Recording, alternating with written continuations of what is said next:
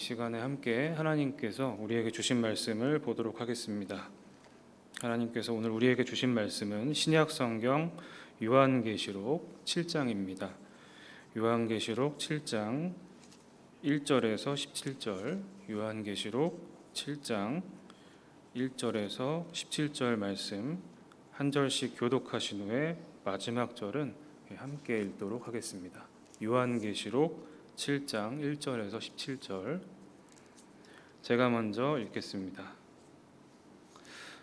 이일 후에 내가 내 천사가 땅 내 모퉁이에 선 것을 보니 땅의 사방의 바람을 붙잡아 바람으로 하여금 땅에나 바다에나 각종 나무에 불지 못하게 하더라. 또 봄에 다른 천사가 살아계신 하나님의 인을 가지고 해 돋는 데로부터 올라와서 땅과 바다를 해롭게 할 권세를 받은 내 천사를 향하여 큰 소리로 외쳐 이르되 우리가 우리 하나님의 종들의 이마에 인치기까지 땅이나 바다나 나무들을 해하지 말라 하더라. 내가 인침을 받은 자의 수를 들으니 이스라엘 자손의 각 지파 중에서 인침을 받은 자들이 14만 4천이니 유다 지파 중에 인침을 받은 자가 1만 2천이요 루벤 지파 중에 1만 2천이요 갓 지파 중에 1만 2천이요 아셀 지파 중에 1만 2천이요 납달리 지파 중에 1만 2천이요 므낫세 지파 중에 1만 2천이요 시므온 지파 중에 1만 2천이요 레위 지파 중에 1만 2천이요 이사갈 지파 중에 1만 2천이요 스불론 지파 중에 1만 2천이요 요셉 지파 중에 1만 2천이요 베냐민 지파 중에 인침을 받은 자가 1만 2천이라. 이일 후에 내가 보니 각 나라와 족속과 백성과 방언에서 아무도 능히 셀 수 없는 큰 무리가 나와 흰옷을 입고 손에 종려 가지를 들고 보좌 앞과 어린 양 앞에 서서 큰 소리로 외쳐 이르되 구원하심이 보좌에 앉으신 우리 하나님과 어린 양에게 있도다 하니 모든 천사가 보좌와 장로들과 내 생물의 주위에 서 있다가 보좌 앞에 엎드려 얼굴을 대고 하나님께 경배하여 이르되 아멘. 찬송과 영광과 지혜와 감사와 존귀와 권능과 힘이 우리 하나님께 세세토록 있을지어다. 아멘 하더라. 장로 중 하나가 응답하여 나에게 이르되 이 흰옷 입은 자들이 누구며 또 어디서 왔느냐. 내가 말하기를 내 주여 당신이 아시나이다 하니 그가 나에게 이르되 이는 큰 환난에서 나오는 자들인데 어린 양의 피에 그 옷을 씻어 희게 하였느니라. 그러므로 그들이 하나님의 보좌 앞에 있고 또 그의 성전에서 밤낮 하나님을 섬기매 보좌에 앉으신 이가 그들 위에 장막을 치시리니 그들이 다시는 줄이지도 아니하며 목마르지도 아니하고 해나 아무 뜨거운 기운에 상하지도 아니하리니. 함께 읽겠습니다. 이는 보좌 가운데에 계신 어린 양이 그들의 목자가 되사 생명수 샘으로 인도하시고 하나님께서 그들의 눈에서 모든 눈물을 씻어 주실 것임이라. 아멘.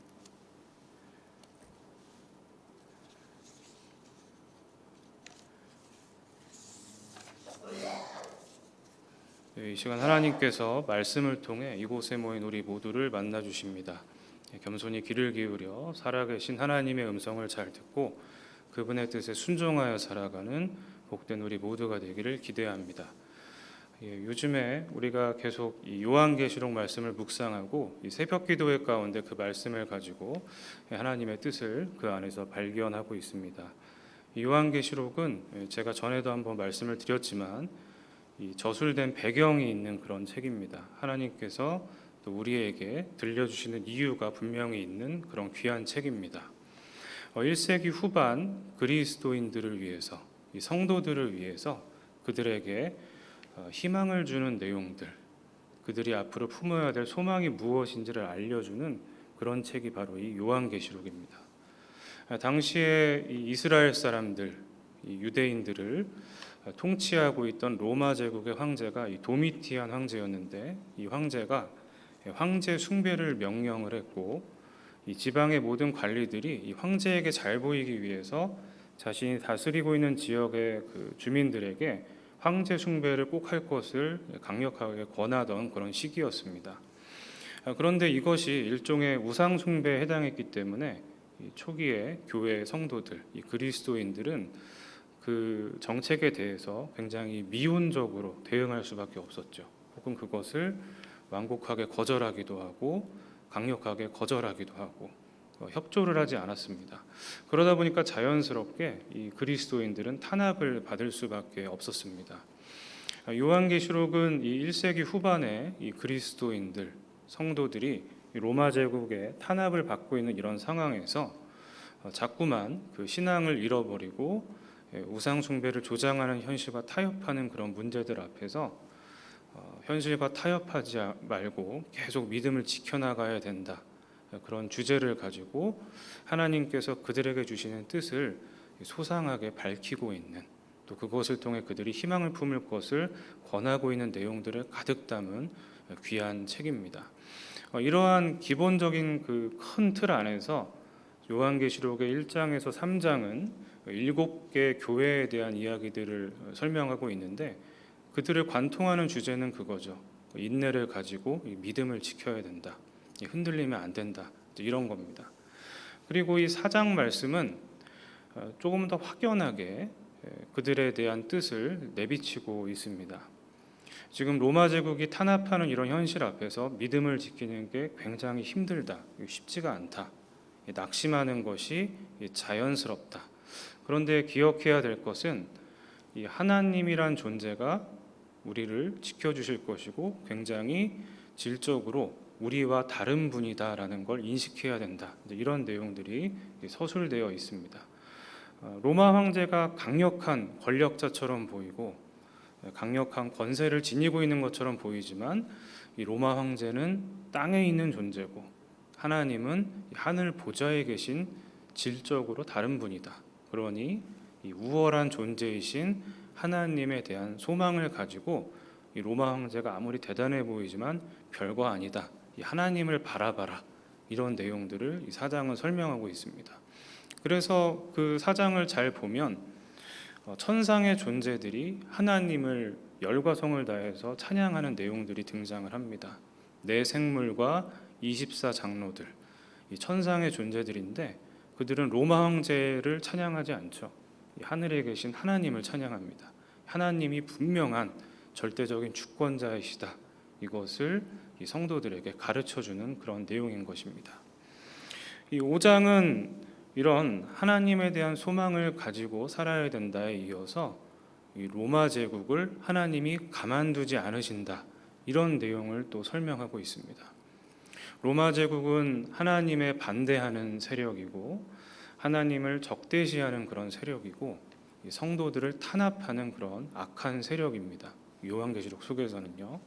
그런 그들을 하나님이 그냥 가만히 두고 계신 것이 아니라 그들의 행위에 대해서 보응하신다는 것이죠. 심판하신다는 겁니다. 성도들 입장에선 그들을 위해서 하나님께서 이제 원수를 갚아주신다. 이렇게 해석할 수도 있습니다. 이 심판에 대해서 하나님께서 약속하신 내용들이 5장에 이제 담겨져 있는데 심판이 곧 시작된다라는 것이죠. 그리고 구체적으로 어떤 심판이 벌어질지 하나님께서 두루마리 책에 그 내용들을 빼곡하게 다 써놓으셨다는 겁니다. 그리고 이 두루마리 책에 써놓으신 그 내용이 한꺼번에 이렇게 오픈되는 것이 아니라 7가지 인을 통해서 봉인이 되어 있다가 그것이 하나씩 펼쳐지게 되면 그에 따른 심판 과정들이 쭉 진행되게 된다는 것을 이 5장은 설명을 하고 있습니다. 그 봉인을 해제하는 분은 딱 한 분이시죠. 아무나 그 봉인을 해제해서 심판을 진행할 수도 없고 심판의 내용이 무엇인지도 파악할 수가 없습니다. 바로 주님만이 그 봉인을 해제할 수 있는 분이라고 5장은 설명을 합니다. 어린 양이신 주님, 바로 예수 그리스도께서 그 봉인을 해제하면 이제 본격적으로 로마 제국에 대한 심판이 하나씩 시작이 된다라는 것이죠. 눈여겨 볼 것은 예수님께서는 잘 알고 계신 것처럼 성경 속에서 어린 양으로 묘사가 많이 됩니다. 희생 당하신 제물, 희생 제물입니다. 저항하지 않고 힘이 없어서 약한 그런 본성을 가지고 있는 대상, 이 어린 양인데, 여기서 보면은 이 5장에 보면은 이 어린 양이신 예수님이 더 이상 그런 연약한 모습이 아니라 7뿔과 7눈을 가진 아주 강력한 존재로 묘사되고 있습니다. 이제 심판을 강력하게 무섭게 하시겠다, 이걸 보여주고 있는 것이죠. 6장은 실제로 이제 심판이 벌어지는 모습들을 설명하고 있습니다.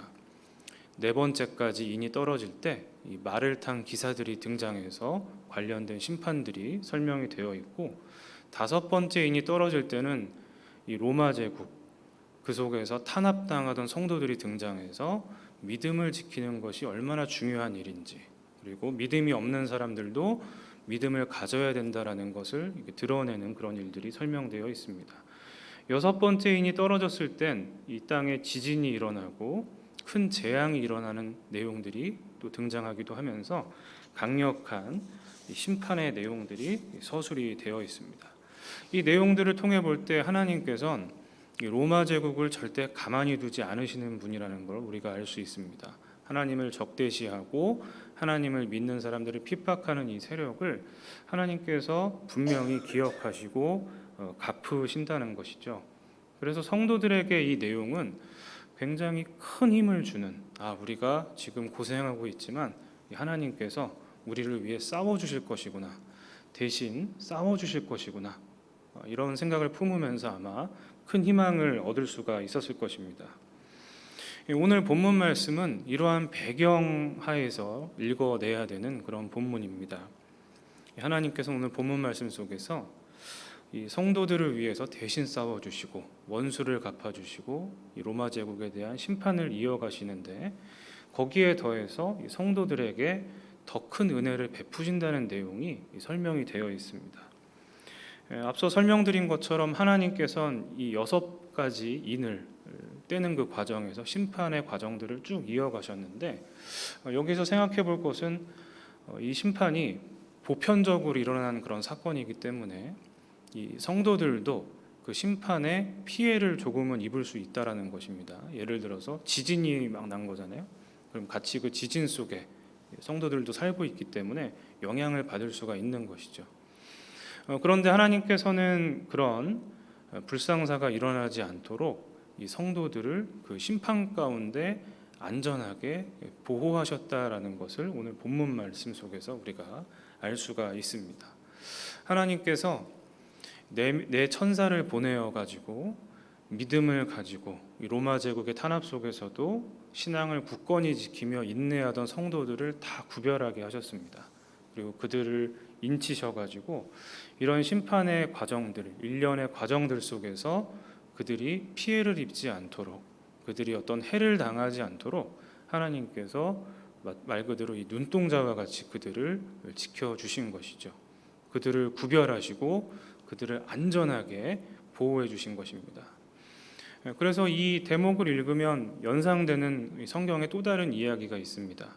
출애굽 당시에 하나님께서 이 애굽 왕 이 바로의 마음을 돌려놓기 위해서 10가지의 재앙을 일으키셨는데, 이 마지막 재앙, 장자의 죽음의 재앙을 여러분 또 잘 알고 계실 것입니다. 바로 그때 하나님께서는 그 애굽에 살고 있던 이스라엘 사람들이 이 장자의 죽음의 재앙을 똑같이 당하는 것을 원치 않으셨죠. 그래서 그들을 구별하셔가지고 그들은 피해를 입지 않게 조치를 해주셨습니다. 그들에게 방법을 알려주셨는데, 그것은 바로 이 문설주에 어린 양의 피를 바르는 유월절의 근원이 되는 바로 그 행위를 하나님께서 하도록 안내를 해주셨습니다. 그래서 이스라엘 사람들은 이 환난 속에서도, 장자들이 목숨을 잃는 그 상황 속에서도 피해를 입지 않고 하나님의 보호하심 가운데 그 재앙을 이겨낼 수 있었던 것을 알 수가 있죠. 그것처럼 이 오늘 본문 말씀에서도 하나님께서는 심판이 이어지는 그 상황 가운데 이 성도들을 구별하시고 그들을 안전하게 지켜주신다는 것을 알 수가 있습니다. 함께 읽은 본문 말씀의 4절에 보면 이 구별된 성도들, 구원받은 성도들의 숫자가 구체적으로 등장합니다. 이스라엘 지파 12지파에서 각 12,000명씩 해서 도합 14만 4천 명이라는 사람들이 구별된 성도들이다, 이렇게 설명이 되어 있죠. 그런데 이 14만 4천 명, 여러분 또 잘 알고 계실 텐데요. 한 이단 단체, 불건전 종교 단체에서 이 14만 4천 명을 엄청나게 부각하면서 그 안에 들어야 된다라는 것을 이렇게 오용해 가지고 많은 분들이 현혹돼서 큰 잘못을 일으키고 있는 걸 여러분 잘 알고 계실 것입니다. 그런데 사실 이 14만 4천이라는 숫자는 정말 숫자적으로 이해해서는 안 되고요, 문자적으로 이해해서는 안 되고, 하나님께서 구별한 성도 전체를 총칭하는 그런 개념이라고 이해를 하시면 되겠습니다. 9절에 보면 아무도 능히 셀 수 없는 큰 무리라는 표현이 등장하는데, 이것이 바로 이 14만 4천 명을 의미하는 그런 표현입니다. 하나님께서 구별된 성도들을 존재하게 하셨고 그 수가 적지 않다라는 것을 이 본문 속에서 우리가 발견할 수 있는 겁니다. 하나님께서 딱 14만 4천 명만 구원하신다, 이런 뜻이 아니라 구별된 성도가 존재하고 그들의 수는 적지 않다, 이것을 우리가 이 본문 속에서 잘 이해해야겠죠. 그런 점에서 14만 4천 명에 너무나 천착해서 그 숫자를 그대로 지키려고 하는 그런 가르침은 성경의 본 의미를 퇴색시키는 것이다, 우리가 이해하면 되겠습니다. 그런데 주목해야 될 것은 이 성도들, 구별된 성도들이 그냥 아무 이유 없이 구별된 것이 아니라 이들이 공통점을 다 가지고 있고 어떤 전제 조건을 가지고 있다라는 것입니다. 14절에 보면 이들의 공통점이 무엇인지를 알 수가 있죠. 그들은 어린 양의 피에 그 옷을 씻어 희게 된 사람들입니다. 하나님과 본래 무관한 삶을 살던 죄인과 같은 사람들이었지만 이 예수님께서 십자가 죽음을 통해 하나님과 자신의 관계를 회복시키셨다는 것을 믿고 새롭게 된 사람들이죠. 어린 양의 보혈의 공로를 믿고 또 그 영향 속에 살아가는 사람들인 것입니다. 어린 양의 보혈을 굳건히 믿는 사람들이죠. 그리고 이들은 여기서 더 나아가서 이 다양한 시련과 어려움 속에서도 신앙을 잃지 않은 사람들입니다. 로마 제국이 강력하게 탄압을 하고 그들에게 황제 숭배를 할 것을 권하는 그런 상황에서도 흔들리지 않고 인내하면서 어려운 그 시기를 버텨나가던 그런 사람들입니다. 하나님에 대한 신뢰를 지금 상황은 너무 어렵지만 잃지 않고 굳건히 지킨 그 사람들, 다시 말해 이 어린 양을 믿고 그 믿음을 굳건히 지킨 이 사람들이 이 심판 속에서도 하나님으로부터 구별돼서 안전하게 보호받을 수 있었던 것입니다. 이 본문 말씀은 여기에서 그치지 않습니다. 이들에 대한 보상이 있다는 것을 또 알려주기도 합니다. 15절에서 17절에 보면 하나님은 이 성도들 위에 장막을 세우시고 그들을 안전하게 지켜주신다. 뜨거운 기운, 요즘 또 낯설지 않은데요, 이 뜨거운 기운에서 그들을 상하지 않게 하시고 그들을 생명수샘으로 인도하시고 그들의 눈물을 씻어주실 것이다, 이렇게 그 보상을 약속하고 있습니다. 인내하며 믿음을 지킨 성도들을 보호하시고 거기서 더 나아가서 그들에게 크신 위로와 큰 은혜를 베푸신다라는 것입니다. 그래서 지금까지의 이 내용, 오늘 본문 말씀의 내용을 정리해 보면 하나님께서 성도들, 탄압받고 있던 성도들을 생각하시며 그들을 탄압하는 로마 제국에 대한 심판을 이어가실 것입니다. 그런데 그 심판 가운데 혹여나 이 성도들이 피해를 입지 않도록 하나님께서는 그들을 미리 다 구별하셔서 그들을 안전하게 지켜주신다. 이것을 이 본문 말씀 속에서 우리는 깨닫게 됩니다. 이 말씀은 우리에게 큰 희망을 안겨줍니다. 우리 살아가면서 많은 고난을 겪곤 합니다.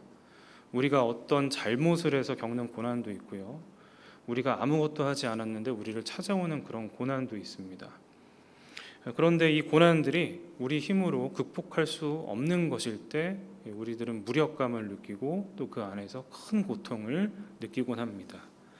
그런데 오늘 말씀을 통해서 우리는 한 가지 교훈을 얻을 수가 있는데요, 이런 고난, 그것이 어떠한 고난이든지 간에 그 어려움 가운데 흔들리지 말고 이 하나님에 대한 신뢰와 믿음을 굳건히 지켜야 한다는 것을 알 수가 있습니다.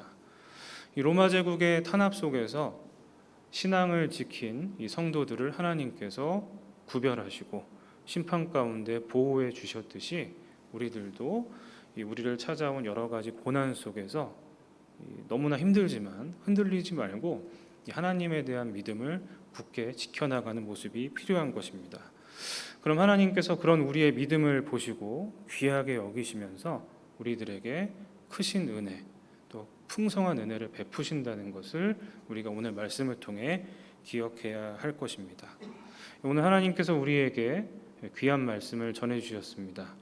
들려주신 말씀처럼 고난 가운데 흔들리지 말고 하나님에 대한 굳은 신뢰와 믿음을 지켜나가는 우리들, 그것을 통해 하나님의 보호하심과 위로하심과 크신 은혜를 삶 가운데 풍성히 경험하게 되는 복된 우리 모두가 되기를 주님의 이름으로 축원합니다.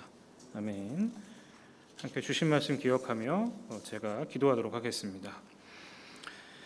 하나님, 저희를 새벽 기도회 가운데 불러주시고 귀한 말씀을 듣게 하심에 감사드립니다.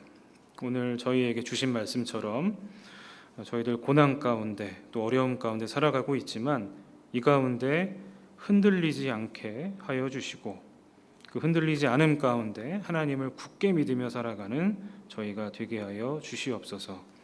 그것을 통해 하나님의 보호하심과 위로하심과 크신 은혜를 저희들 삶 가운데 풍성히 경험하게 되는 복된 저희 모두가 되게 하여 주시옵소서.